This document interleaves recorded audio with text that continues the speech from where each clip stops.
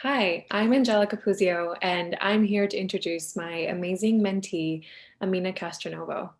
We've been working together for 2 years, and we couldn't be a better match. Two queer young women navigating the world in boisterous Italian families as we spill the tea to each other each week. This year, we've been exploring topics as a pair that are often taboo for young women, like sex and masturbation. For our pair piece, we made a podcast called Everyone's a Little Bit Gay, where we talk about how to bring feminism into our sex lives and make it intersectional. We hope you enjoy this excerpt from my solo piece, where I break down the taboos of teenage sex. In seventh grade, I found myself standing in line at a Duane Reade to buy condoms with Vladimir, a scrawny Russian 12-year-old who constantly talked about sex. The following is an excerpt from my experience and thought process on teenage sexuality and experience during that movement. Originally published as On the Intersection Between Teenage Sexuality and the Objectivity of Women Across Races. As we stood in line, I never wanted to crawl into a hole more in my life.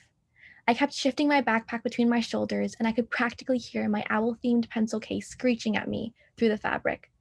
The man standing behind us seemed to be piercing me in my lack of virginity with his eyes, as if he was the conservative messiah, there to tear down the open for business sign hanging on a string from my vagina.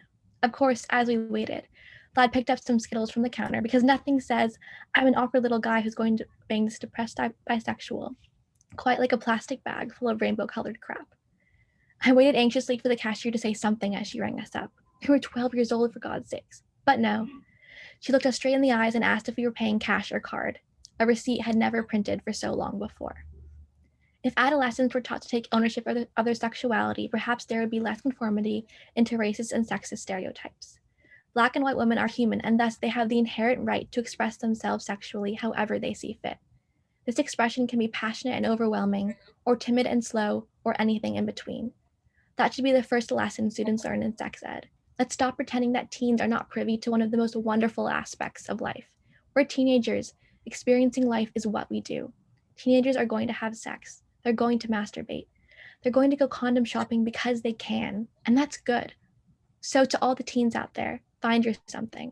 It could be a Vladimir, an object, a book, or a website, something that replaces shame with exploration. You don't have to do anything.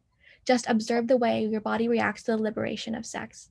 Looking back now, perhaps all he wanted to do was put on a show for me, but I'm glad I watched. My experience with him taught me one of the most valuable lessons for a young woman to absorb. There's nothing wrong wanting to feel another person or yourself. Vlad taught me that, and I hope that wherever he is, he's making himself very happy.